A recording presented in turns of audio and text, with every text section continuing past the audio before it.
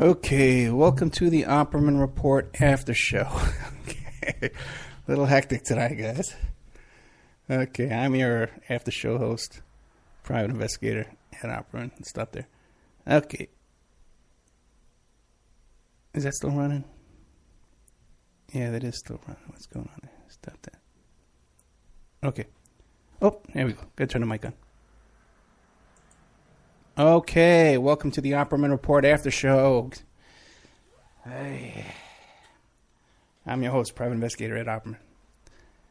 Okay, let's see where we are here. Getting a little situated here. A little hectic tonight, guys. Sorry about that.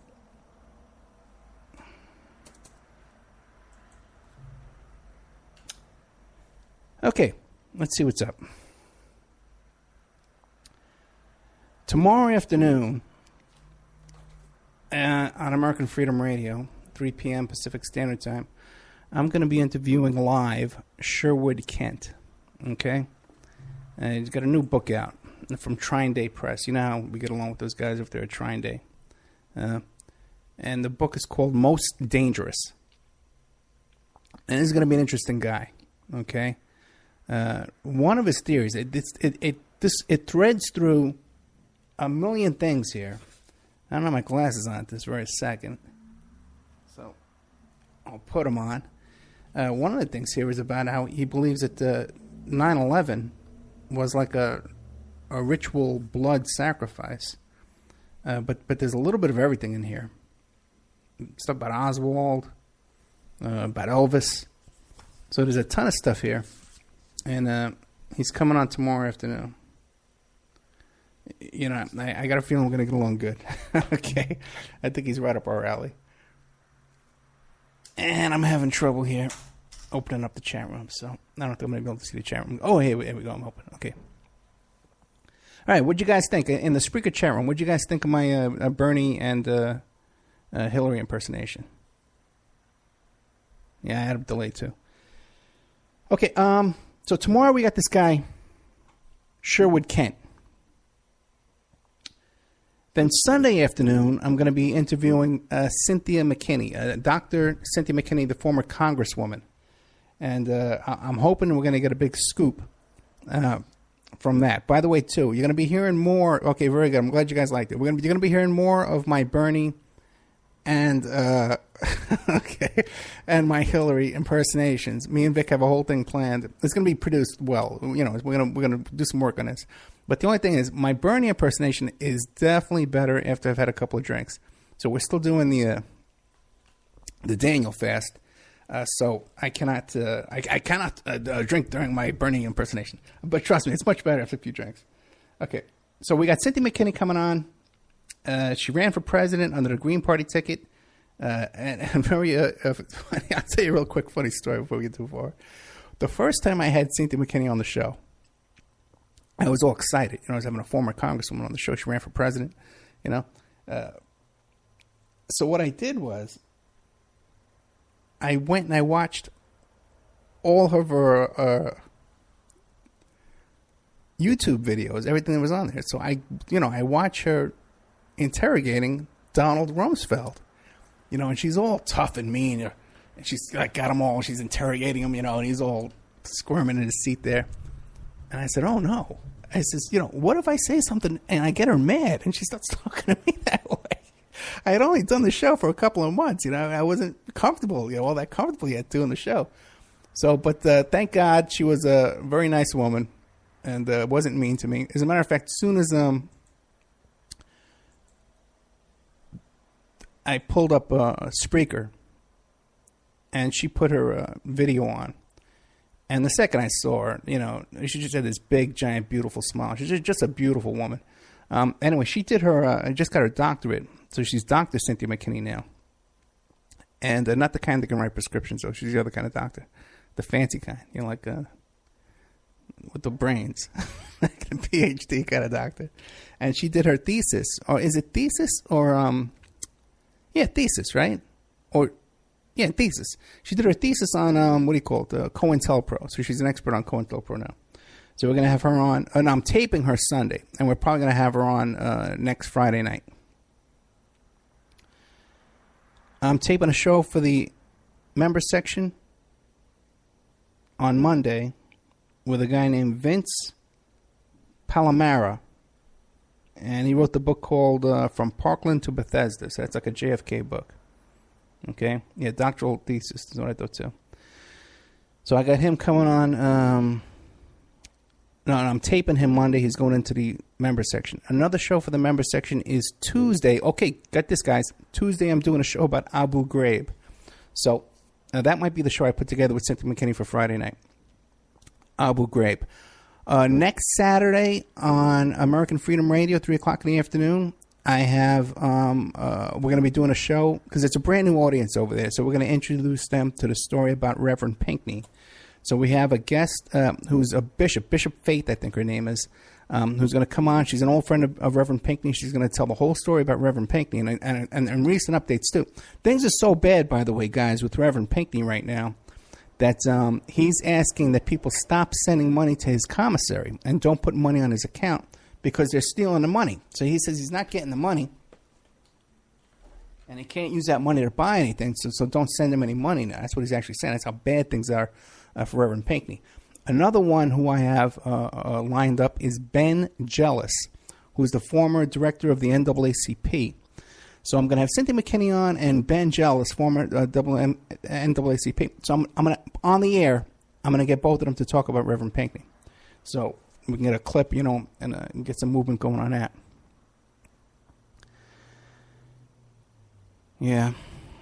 So anyway, that'll be next Saturday afternoon. So to introduce the whole new American Freedom Radio audience to the Reverend Pinckney thing, I think it's very important. Now, also, too, what do I have coming up? I had another big thing. Oh, yeah. I'm in touch with Eric Garner's daughter. She just endorsed Bernie Sanders, and I'm going to be getting her on as well. And a lot of people don't know Eric Garner's the guy who was killed in Staten Island because of the Lucy cigarettes. He was the one, I can't breathe, And a lot of people don't realize about the Eric Garner story is that about a year before that murder, he was arrested on Staten Island. And they held him on Rikers Island. Or it might have been Brooklyn House of Detention. It was probably Brooklyn House of Detention, because that's where they put the people on Staten Island over the weekends. And then they held him long term. He was in there he had to sit for a while. And on handwritten, he started a civil rights complaint against the New York City Police Department, a handwritten civil rights complaint. And what he described in this civil rights complaint is that they stopped him. He was walking down the street. The cops there knew him. And they stopped him. And in the middle of the street, they made him pull down his pants. And they digitally examined his anus, in the middle of the street. And he described, and you can find the handwritten civil rights complaint online where he talks about how he felt violated, he was humiliated by this. So that's why in the beginning of the tape with Eric Garner, you see him saying, "No way, not again, not you guys again, this stops today." So he had a history with those cops that killed him there on Staten Island.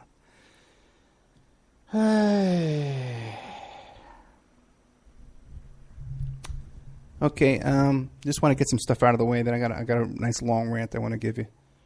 I don't know if you guys watched those videos on YouTube. They had the streaming from the Oregon Standoff. The Oregon Standoff just ended yesterday morning. I think it was 8 a.m.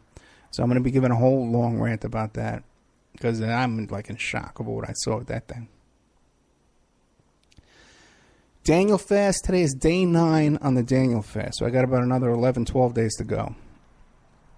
And what the Daniel fast is, it's a fast from the Bible. It's a biblical fast. You don't eat any meat, no sugar, no coffee, no alcohol, no white flour, nothing like that, no processed foods, absolutely nothing, So it's all just fruits, vegetables, salad, stir fry. We got this vegetable pasta, we can eat that, whole wheat pasta we can eat. Tomato sauce you can eat as long as there's no sugar in it. You got to go make your own tomato sauce. And a lot of black bean soup, stuff like that. We had a great vegetable soup we made yesterday. So if you want to join in on us with this fast, you don't have to do it right now. But if you want to do a 21-day Daniel fast with us, and then take some before and after pictures, and take some pictures of the food you make, write down a couple of recipes you made, and then write down what your experience was. You send that to us. We're going to put all that in a book, and then when we sell the book, you can get involved in that, and you can make some money on the sale of the book too. So you have a picture in a book, and also, too, I can even help you get interviews on the radio and stuff like that to promote the book and sell the book. You put the book on your website, you make some money on it. That's a Daniel Fest.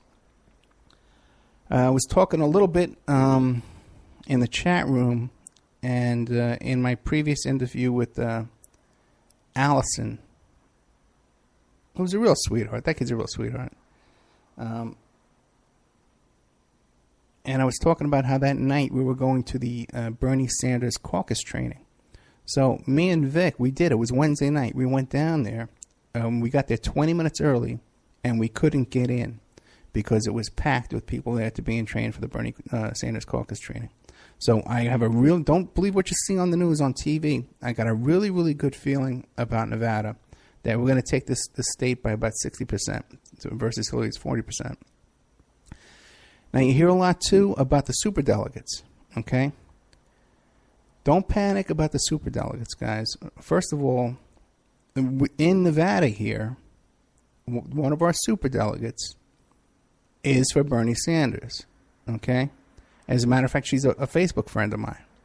So my point is that you can't, by the way, in your state, I would recommend you all to find out the names of your superdelegates and add them to Facebook. And when you're putting up your memes and your stuff about Bernie, you can sway their vote and convince them.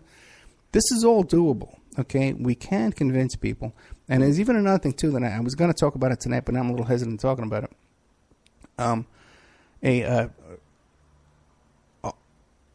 A reporter and commentator who was saying over and over and over again for months that we're going to lose Nevada.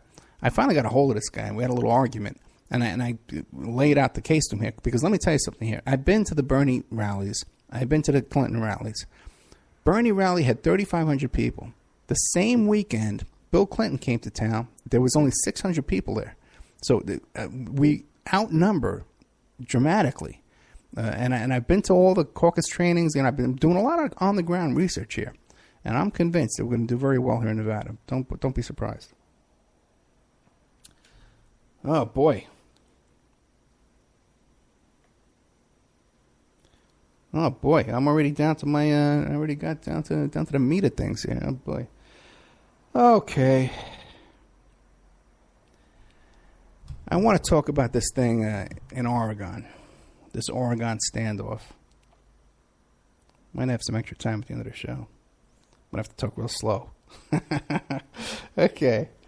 You can find a couple of these tapes. There's about 8 hours worth of this standoff tape on YouTube. And the last one was Oregon Standoff Final Moments Must Listen. Okay, and that's the one that's the next morning where they finally turn themselves in.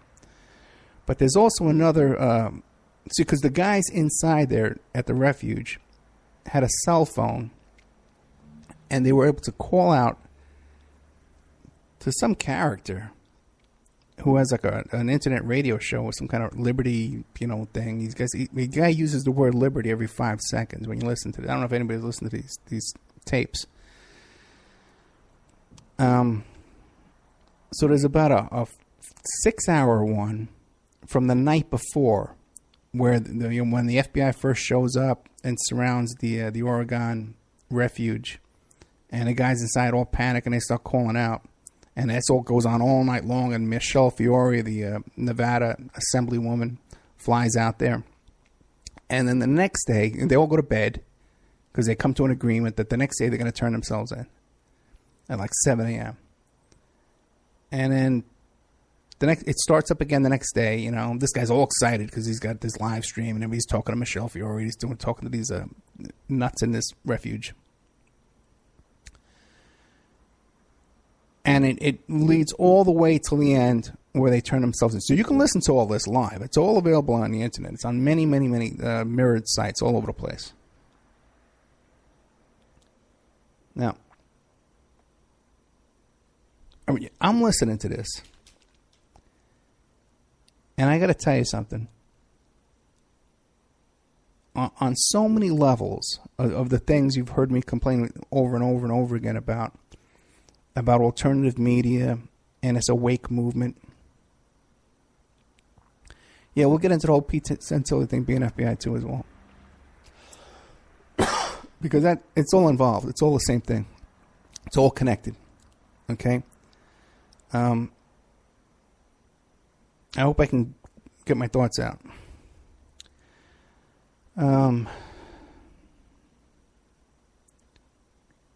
Earlier tonight, when I was playing the show, I had commented on a post. Someone wrote this post about the super delegates and how we don't have a chance to win because it's all rigged and we don't have a chance.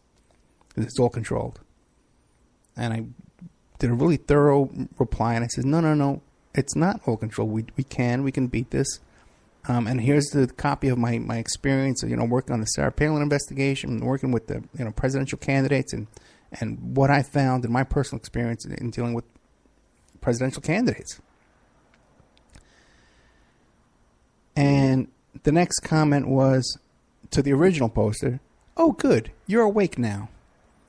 So that this. And I'm on a station called Awake, so I don't want to criticize that. Although we're not on there right now tonight because there's a problem with the password. So I'm not criticizing Awake Radio and Awake Radio Station, but this so-called Awake movement, where it seems to be that to be awake means that we're powerless, the enemy is overwhelming, and we have no way to resist, we have no way to fight back. And somehow the solution is we buy storable food and wait for an asteroid to hit, and then we dig out of rubble, and then we take over and we start a new society. That seems to be the theory. Or there's another theory too that we're going to do yoga and meditate our way out of this mess, And then there's another theory, like not the awake movement, but another alternative media type movement is the patriot movement. Where they're going to get their guns and they're going to put their cowboy hats on. They're going to put on some camouflage and they're going to go out there and take over a refuge and point guns. Until things get scary, they're going to drop their guns and run. Okay, which is what happens with these guys. But the thing that really has me upset tonight is the effect of alternative media injecting themselves into this story up there and into this hostage situation. It wasn't a hostage situation. It feels like a hostage situation when you listen to the tapes, but it's more like a suicide standoff. That's what it really was. Okay. And when you hear some of the stories of these people, their lives, because they talk as they're talking, and you can hear them negotiating, screaming back and forth with the FBI too. And they're talking about how, they left their jobs. The wife left her job. Now, they have no jobs to go back to, because some of them just went for a one-day rally there for the Hammonds and then got swept up in this thing to go down and take over this building and camp out there and do a standoff with their rifles. They weren't even planning on doing this. That guy, Lavoie, the one who died, he was just planning on going there for one day and coming back. And then next thing you know, he's got a tarp and he's got a shotgun sitting in the middle of the road talking about he wants to die. That guy had 10 foster kids. Now, he was making a living. That was his income, off of the foster kid income, which is despicable to me. You get that money from the state to feed your kids and take your kids, send them to good schools and get them clothes and stuff like that, not to feed yourself off your foster kid money. That's insane. But he had 10 of these foster kids. They were working his ranch, and he was pocketing the money. It was kind of disgusting. But even that, they took away his kids while he was up there at this ranch with a shotgun on the tarp in the middle of the street. So it seems like this Oregon standoff attracted people. And also, too, you hear them saying, too, about how none of their family supports what they're doing. They've lost all contact with their family. And their family thinks they're crazy. And there was one guy, though, the very last holdout, who did turn in to be a suicide holdout. That very last guy, he was just, you can hear him going on. At the end, when he's up there all by himself, he's just going on and on and on about UFOs and Obamacare and abortion, and he's just angry and upset about everything. He wants the revolution to start.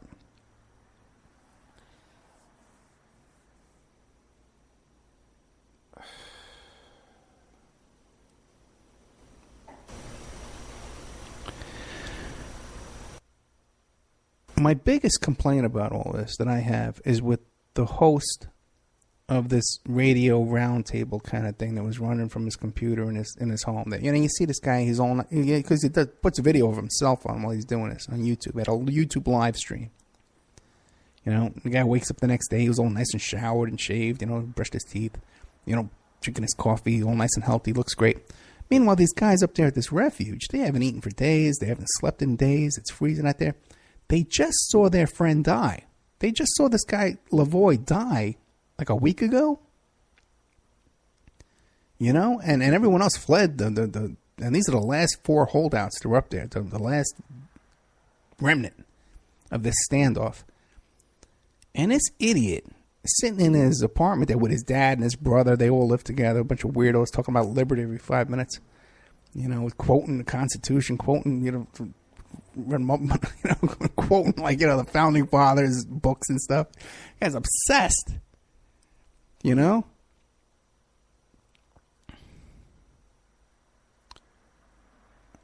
the audio didn't crash. By the way, I'm hoping my audio is way improved, okay? Because we did a lot of work on this week. And I want to thank Vin, too, over at People's Internet Radio for helping me out with the audio. As a matter of fact, this is the first station owner or host or anything like that that's ever helped me, put in the much time this guy's done for me. Thank you very much, Vin.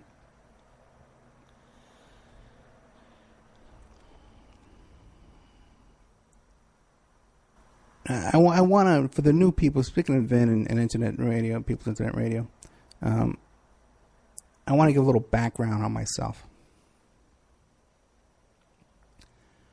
I've been involved in a lot of angry negotiations. It's something that I'm comfortable with and something I'm familiar with, like crisis management. I'm a private investigator, and I do work in a lot of family law, custody battles, stuff like that.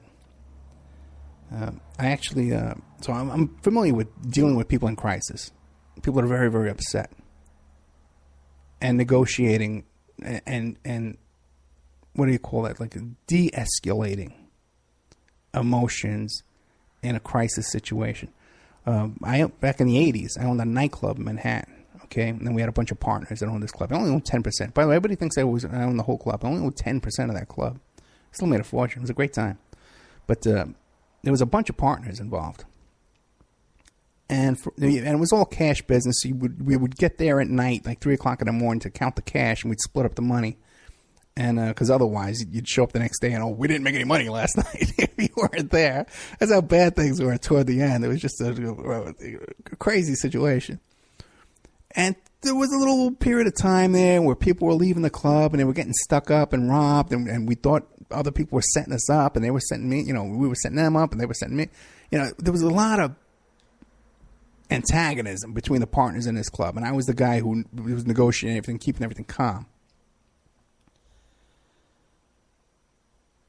Even when I was a kid on Staten Island, I was the kind of guy that I could negotiate things between the different gangs. And if you read my bio, I have a bio up on IMDb, and and a little bit of my early life, and in my book How to Succeed as a Private Investigator, there's a chapter in the beginning about my early life in Staten Island and how I would negotiate things. And then later on, when I got saved and I went into full-time ministry, I had a business in the Staten Island Mall. I actually had people come to the mall, who were people I knew from the ministry that were threatening suicide, and I talked them down. So I'm familiar with this type of delicate types of negotiations and crisis management and keeping people calm. Now, So, and in my work now too, I deal with this kind of stuff all the time. People are going to prison. They got to turn themselves in, and you got to talk them down. Okay. Now, as a professional, okay, and I am a professional, guys. As much as I come on here and I kid around, I joke around and stuff like that. We talk about crazy topics here. I was talking to E. Howard Hunt's son last week. But I am a professional in what I do, and I take what I do very seriously. And things got to be done a certain way. I got to document everything I do because everything's all crazy. But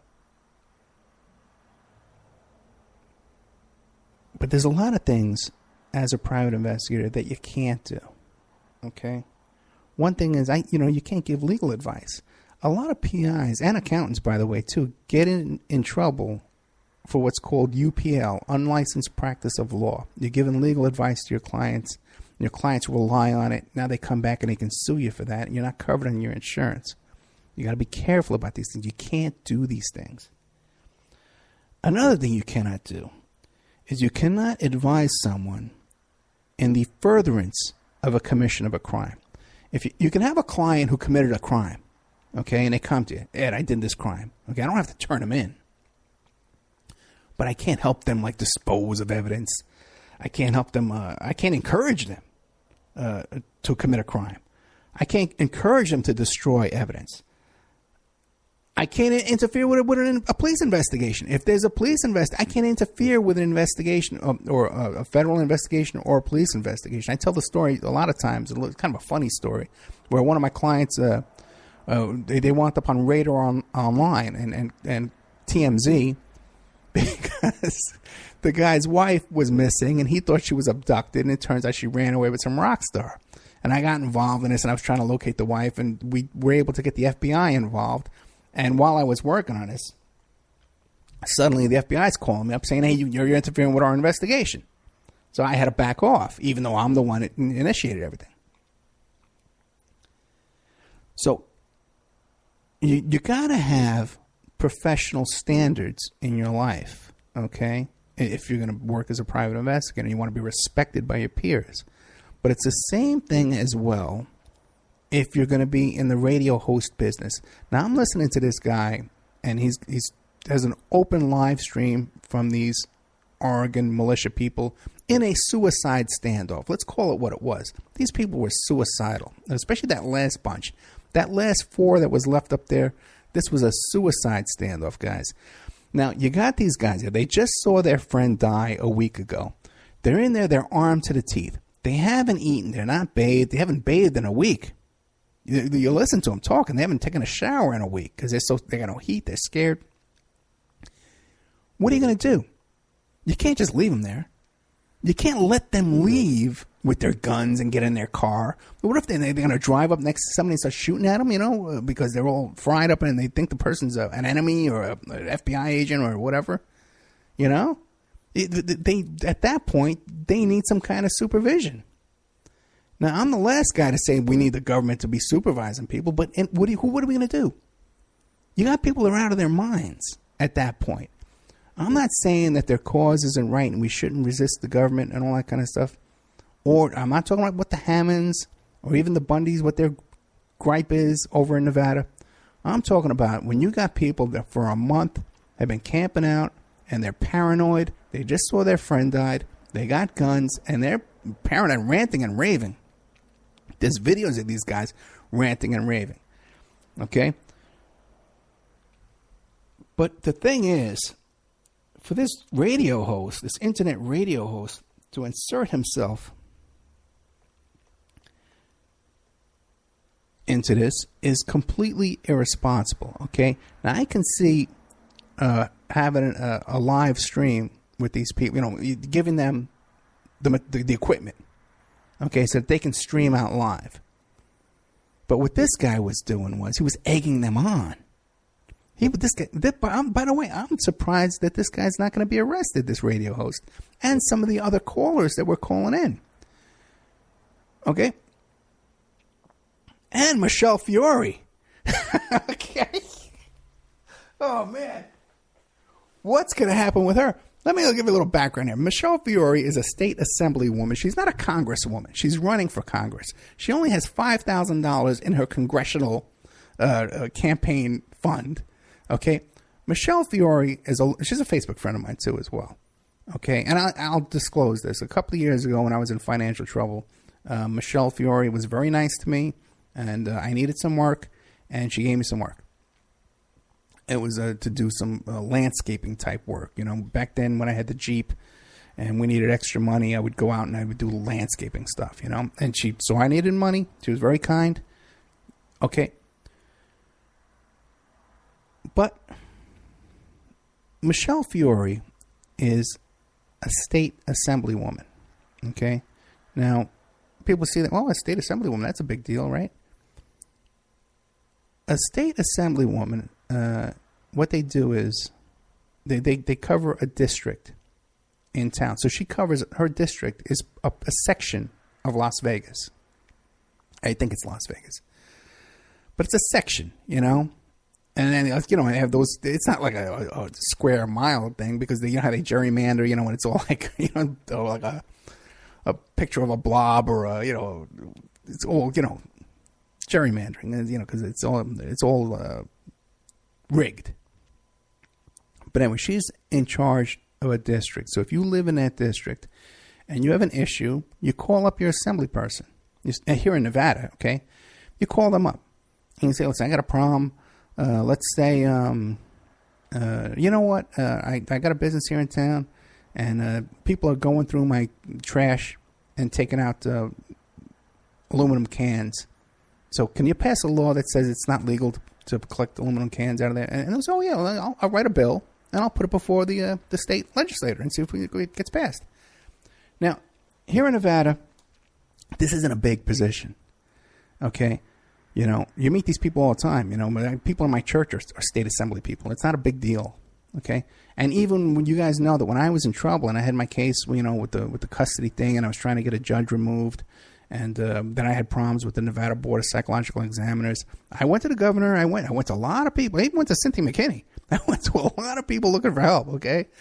And I could have called Fiore, but I didn't. There's nothing she could do. She has no jurisdiction over the state, and she has no jurisdiction in Oregon, in Burns, Oregon. She has no business over there. She has no clout over there in any shape, way, or form. Okay? So everyone who thinks like this is some kind of like political connected person, you know, and you got to understand too, she's kind of a laughing stock here in town. She has her own little radio show that she does, and she's a guest on this radio show that I listen to every morning called Chad and Dave. These guys are hysterical. You got to catch these guys one day. But you know, she has people on who, you know, these crazy right-wing nuts that Obama's a Muslim and he's a traitor and he's a terrorist and he has the Muslim Brotherhood, that kind of stuff. Those are the kind of people she has on, you know, and she just goes right along with it that, you know, that Obama's a Muslim who snuck into the White House and trying to destroy America because he's a terrorist and he wants Sharia law. Okay, that's who Michelle Fiore is.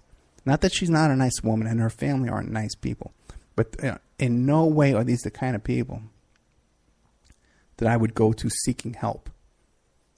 Okay, for any kind of situation. Even if it was I needed a local law passed, I would bypass them and go to someone with a little bit more clout. Okay, let's take a little commercial break here, and we'll be right back after these messages. And now a word from our sponsors. Pacific West Bamboo, your premier source for sustainable building material. They provide construction-grade and craft-grade bamboo material for all your indoor, outdoor, and gardening needs. Contact them for event planning and display building as well. 503-839-8126. Or you go to their new website, pacificwestbamboo.com. Or you can contact them on Facebook at Pacific West Bamboo. That's 503-839-8126. Amanda from Pacific West Bamboo was our first sponsor. She's been so good to us, so please support her in return. I want to make everybody aware of our new members section at www.oppermanreport.com. You can go there and sign up for a monthly, quarterly, or yearly subscription. You can even purchase episodes one by one. You get full access to brand new original content, new guests, new uncensored interviews, my own investigations and reports, and we're going to be adding sections with documents, images, police reports, either provided by myself or by my guests, or for my own investigations, my own reports. So you can go to oppermanreport.com and you can sign up there tonight. You can start listening tonight. Strawman. I want to mention Strawman. Strawman is a band out of Toronto, Canada. They're good friends of the Opperman Report.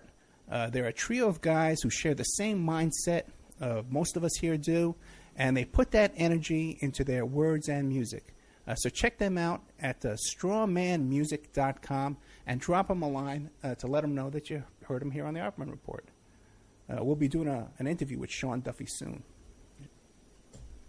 You can get an autographed copy of my book, How to Succeed as a Private Investigator, by visiting my PI website, emailrevealer.com. We also offer a computer and cell phone forensics. We can recover deleted text messages to uncover infidelity. We offer asset searches, locates, email tracing, background reports, and we can even trace your spouse's email address back to internet dating websites to catch them cheating online.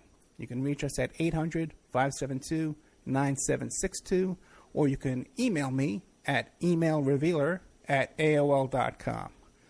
New World Mexican Women. Everyone loves the New World Mexican Women, and their line of fine, handcrafted, authentic Mexican jewelry of stone mosaic and abalone stone inlay.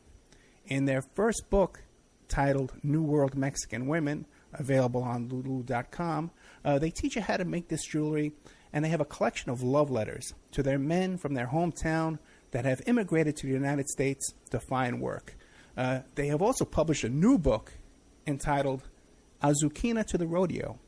It's about a young girl that falls in love with a rodeo bull rider, and she runs away with him without telling her family. You can find the New World Mexican Women by Googling New World Mexican Women. And you can ask them about their deals on wholesaling their fine jewelry and all of the other projects that they have going on. If you'd like to have your business or website advertised here and promoted all over the world on dozens of stations every day, give us a call at 800-572-9762 or email oppermanreport@gmail.com. And now back to our show. Well, not so soon. First, we're going to talk about MichiganMushrooms.net. They offer the highest quality chaga chunks available anywhere, picked fresh from healthy live trees in Michigan's Upper Peninsula, sun-dried and quickly shipped to you. They're very proud of their long-standing reputation as trusted farmers and collectors of wild, gourmet, and medicinal mushrooms. Customer service and offering high-quality products is very important to them. And they have a strict grading system that begins in the woods, and they would rather pass up a chunk that looks bad instead of passing it off to you, the customer. Additionally, they are recognized by the state of Michigan as mushroom experts. They are certified by the Department of Agriculture to sell 20 different species of mushrooms, and proof of this certification is available upon request. That is MichiganMushrooms.net or on Facebook, Michigan Mushrooms LLC. Got a brand new sponsor, The Rodeo of Doom by Miguel La Sala. The year is 2384, and Henry Fields is a down-on-his-luck adjunct professor in the architecture department at Andreas Tangen University in Los Angeles. But he has one thing going for him that others don't. He has enough of the coveted EP14 to live to be 200 if he wants to. Not that hard. When he saves a woman for certain death with a few drops of the EP14, a corrupt government agency tries to blackmail him into selling off his supply. Just when it seems like it might be a good idea, all hell breaks loose. The Rodeo of Doom was written by Miguel La Sala and edited by Margaret A. Harrell, the author of Keep This Quiet, memoir series. Now, she was also the copy editor, Hunter S. Thompson's breakthrough book, Hell's Angels. According to Harrell, the Rodeo of Doom will grip you and pull you into the wild ride of a different reality. This is a consciously fast-paced journey into the future. Author Miguel La Sala reveals his craft by intricately weaving in fine details for his reader and keeps you anxiously anticipating what will happen next. Do not wait to read this book.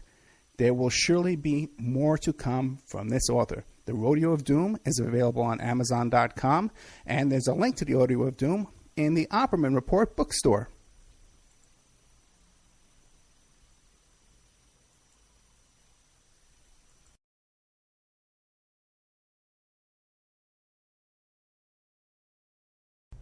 Oh, we're back. Okay, sorry about that. I was looking at my notes. Okay, a little message to the chat room. The reason why they arrested Cliven Bundy in Oregon is because he had an arrest warrant, a federal arrest warrant for interfering with a federal agent's, duties or whatever kind of crap. One of those BS, which is a felony, by the way. So he's not going to be doing too well. Interfering with a federal agent in the course of their duty. One of those nonsense charges that the federal government can get you with and throw you in jail for 5 years. Which happens a lot, guys. Okay? In fact, I'm working on another case, too, by the way. We're going to be doing another show. In fact, this is the one I was supposed to tape today. It's about a story of this software company in Colorado Springs, Colorado, where 6 members, and half of them were like members of the same family. They all went to the same church together. And they started this software company in Colorado Springs, Colorado. And it seems like they stepped on the wrong toes and looking for government contracts.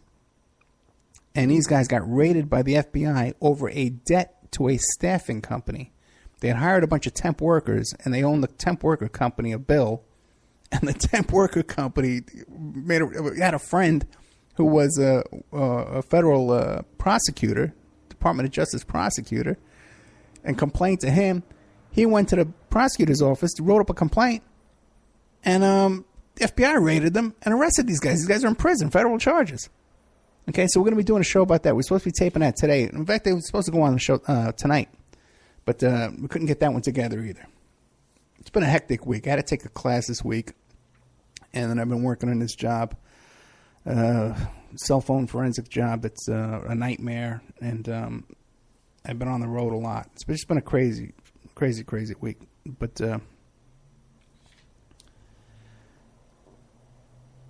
the reason they arrested Cliven Bundy, though, is because they had an arrest warrant for him in Nevada.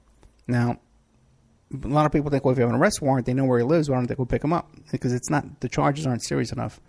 If he would have got pulled over for a traffic stop, and then they pulled up and they saw that warrant, then they would arrest him and they turn him over to the FBI. In this case, he didn't get pulled over, but he got on a plane where you got to turn in your ID. And as soon as he did that, it flagged him as being wanted. Okay?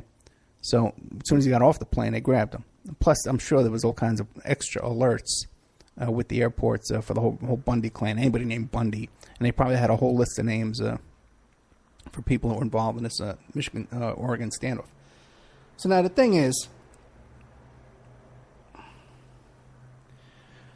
the main point I'm trying to make here is the irresponsibility of alternative media and how we're dealing with this Bundy situation.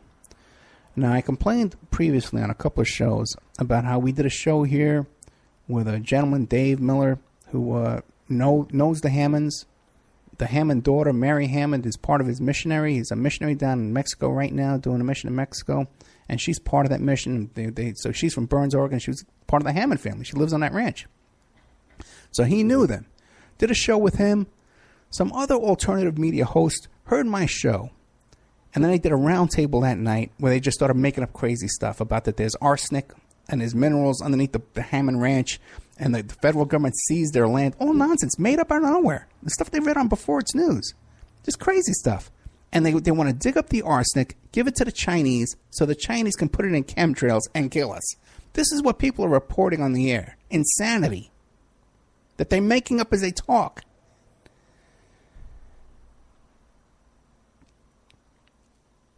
Audio went out? No, I probably wasn't talking. That's why.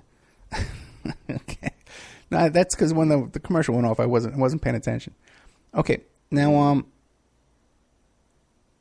and then that other station did a whole live stream, 24 hours, Hammond Ranch, hey, Standoff, Refuge, hey, 24 hours, oh, militia, cowboy hats, guns, yeah. All this stuff, yeah, there's a revolution starting, let's get out there. All this crazy stuff, right? Going to Lavoie's funeral, annoying people, insanity. And then the people on the ranch were listening to that live stream, and they heard people calling in who had listened to the show the night before, that the only information they had was from listening to my show and the stuff they made up. And they're telling people that, oh, yeah, the military's going door to door. It's martial law in Burns. They're checking everybody's houses for people that are sympathizers.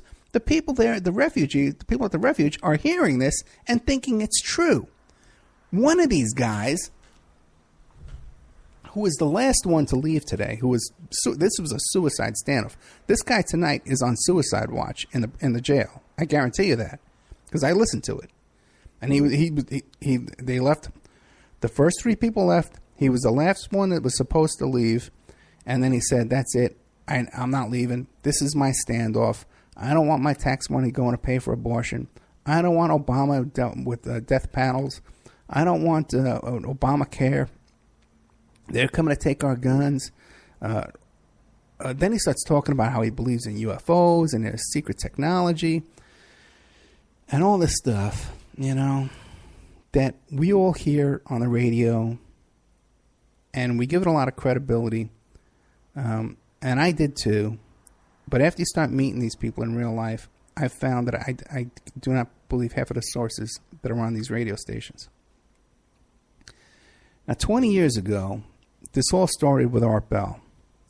And he would come on in the middle of the night and, with this real spooky stuff about ghosts and UFOs and conspiracy theories and all kinds of wacky stuff, And a lot of it, you believe it, Richard Hoagland, there's a face on Mars and all this stuff.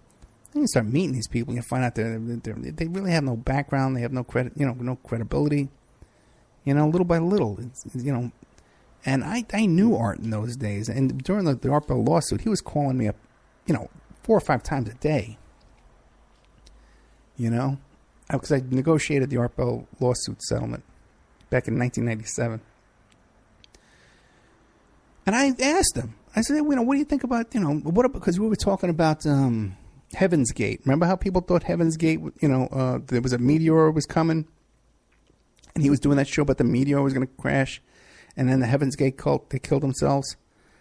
And I asked him about that, and he said, he went into this whole long thing. He says, listen, my show is entertainment. This is entertainment. This is not, I'm not a news reporter. I don't investigate these stories. This is to entertain people. So he doesn't even believe all this crap. Then the next phase was Kerry Cassidy, and she brought all these guests on, and these YouTube channels got hundreds of thousands of hits, millions of hits now, and you listen to all these guests with their whistleblowers and they're revealing all this inside information, and then here it is now. It's years later. Has any of that stuff turned out to be true? It's all turned out to be crap. All of it. All of it. I don't think there's one guest she's ever had on that show that has stood the test of time, that any of their predictions have come true, that any of their information is proven to be true. If anything, it's the exact opposite. They find out some of these guests she's had on there, they live in trailer parks and domestic violence, all kinds of craziness going on. And none of them, they're all gone, And she'll say, oh, yeah, because they're all come under attack, after they come on my YouTube channel.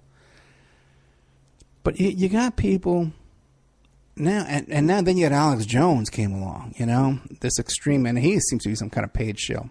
And guys like Pete Santilli, who are obviously, Vinnie Eastwood and Suzanne Puzzell, they did a great expose on Pete Santilli, his criminal record, stalking record. He stalked Suzanne Puzzell. There's no doubt about that, And they probably come after me for saying this now, too, but they're all nuts, these people. And they have no sense of responsibility in what they're doing. No one on that first roundtable that night after the Dave Miller show, no one said, you know what, if I make something up here tonight, someone else is going to hear it and they're going to repeat it. They don't care. Then they do a 24-hour live stream from the ranch. And people are calling in, and people on the ranch are hearing it. No one cares about this. No one seems to care, you know? Now, we got this guy yesterday in the show, and he's got these people in us. These are people, man, they just saw their friend die. They're talking about they've lost, their kids are alienated from them. They've had bad divorces. These aren't well-educated people either. I'm not insulting them, but you can just tell. They're not intelligent people. They're not educated people, you know? And this host is egging them on. Everyone's trying to talk them out of it. Michelle Fiore flies down there, and she wants attention. She wants media. She's running for Congress. You know, she wants her 15 minutes of fame out of this too, you know? To be the hero, to talk them out of it. Graham, I think, Billy Graham's son, I think he's legit. I think he was sincere in everything he did. But the thing is, you got these people, and you hear them yelling back and forth, trying to negotiate with the FBI. And these guys are egging them on. Now, they cut a deal that night. They made a deal where they were going to turn themselves in at 7 o'clock the next morning. The guy, you know, he wakes up and there's a nice house there. His father lives with him. His brother lives with him. He's all clean and shaved and drinking his coffee. Now he's calling these nuts on the ranch. Okay, we're ready to start another day of broadcasting with you. Right, 7 a.m. We're about to turn ourselves in. We've got Michelle Fiore on the line here. We got this one on the line. Now, he decides, and they got Michelle Fiore. The FBI's taking me down there. And he's telling her, Michelle, be careful. Make sure you're getting in the right car. Don't let this FBI take your cell phone away from you, you know, because they're wrong. And he's egging them on. He's trying to bring up the tension. So there was a period of time when Michelle Fiore had to get off the phone and transfer vehicles with the FBI. So this clown decides to bring in a caller who was one of the other standoff people that left early. I think was related to someone that was arrested in the standoff with Lavoie at the shootout, you know. She comes on, the mother comes on, and she says, I gotta tell you, they just arrested Clive and Bundy. Stay up there, everybody needs to go out there and she starts getting them all riled up again. And this guy let her go for 10, 15 minutes. This is in the middle of a suicide standoff where these people are trying to turn themselves in. Once you got a guy like in that kind of situation, you talk them down off the ledge. They've surrendered. They're beaten. They've given up. They want to turn themselves in. They want it to be over. They're happy it's over. The last thing you need to do is start getting them all riled up again, you know, with these crazy people calling in with these kind of phone calls, giving them advice, and they're all debating the Constitution. So the three leave, and then it's the one last guy, right, who's in there, who was the craziest one. There's a video of him when he first finds out that Lavoie was killed, where he's standing there with his AR-15 and he's screaming, that's it, this is the revolution. Get up here with your guns. If you see an FBI agent, shoot him. Now, he even says on this that the only reason he stayed that day is because he heard on the radio someone say that there were 100 Idaho militiamen coming over to him to reinforcements coming over on foot. That they were marching over there. Now, any normal person, I don't know how many miles it is, hundreds of miles, okay, between Idaho and over there, okay, you know, any normal person would hear that and they say, well, how would walking, first of all, how would they all get together and march and walk? This is crazy. And plus the FBI with these drones, people would say, anybody would say that's a ridiculous thing. But this guy believed it, and that's the only reason he stayed, because he's half crazy to begin with. These guys, they lost all their jobs. They're estranged from their families. They talk about that. Their own kids are alienated from them, you know. By the way, too, this whole thing about parental alienation, give me a break with that, man, okay? Kids want to love their parents. They want to look up to their parents. They will excuse any crazy thing their parents do. It's very difficult to turn a kid against a parent. I know people, there may be certain circumstances where that happens, okay? But what happens more often than not is that the mother causes so much problems for the father that he just gives up on his own kid, which I can't. You know, you got to keep fighting, okay? Anyway. Right, you know... Then the guys threatening suicide, and this idiot Liberty guy, and he has some woman who supposedly is teaching the Constitution. By the way, one of the theories they're trying to put out there right now, the spin they're trying to put on this whole standoff thing, was that what they were doing was they were giving classes up there teaching people the Constitution. And then they would go and visit neighboring communities and visit them and teach them the Constitution. And hundreds of people were showing up to learn the Constitution from these crazy Bundy Ranch people.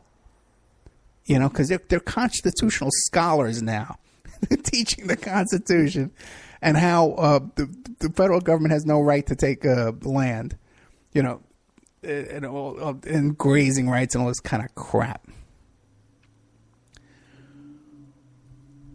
We're creating here a recipe for disaster, okay? Where all these people on the internet, and many of them are FBI stooges like Pete Santilli. These are undercover assets, paid informants, okay? Either knowingly or unknowingly, okay? There seems to be a lot of that going on. Okay, there's a whole big scandal at one of my previous stations going on right now where a host, you know, who was a nut to begin with, just quit, and he's calling the owner over there an agent. I have my own suspicions about all that too as well, which I've made very clear and openly. Okay? There seems to be no regard for the truth. Okay? And people want more and more. They want to top each other and come up with more extreme stories and more unbelievable stories just to get ratings out of people and to get attention to themselves. We have to have a responsibility to the truth, especially right now here in America, where we have an election season right now, where we have a very radical candidate who is saying things that people need to hear. He's talking about the Walmart family. He's talking about the 1%. He's talking about resistance. He's talking about Henry Kissinger being a war criminal. You know, we got something going here, and we don't need people to say, well, you're only awake if you think that it makes no difference. And we have no power, and we can't do anything. Go back and listen to my show, Sarah Palin, Todd Palin, sex scandal case. Look up that show and listen to it. I have been personally involved with several presidential candidates. I'm telling you, we can make a difference. The trick that they're teaching us is that we can't do anything and that we're impotent. And that what we need to do is buy storable food and dig a hole in our backyards and bury ourselves in a hole and wait for the meteor to come. That's what the trick is. And we're falling into it. 90% of the people in alternative media are well-meaning people. Okay, some of them are deceived by this kind of stuff. But most of them are well-meaning people who really want to get the truth out and they want to get people awake. And they know that how we're living is under intolerable conditions and that we need dramatic change. Okay? That I think we can all agree on. Now, some of them think we need to do militias and right-wing patriots, and very few think we need like a leftist revolution, socialist revolution. And then there's another group that thinks, well, we need to meditate and pray, you know, and do Ouija boards and crystals, and that's going to fix it all. We all agree there's a problem, and we all kind of need to be moving in the right direction. Okay? But one thing we have to do is, when you're in front of this microphone, you got to make sure that what you're saying out of your mouth is the truth. Okay? You got to be responsible. If someone's in the middle of the commission of a crime or is suicidal, you can't be egging that guy on irresponsibly and thinking you're some kind of a crisis counselor when you're not. Just making things worse.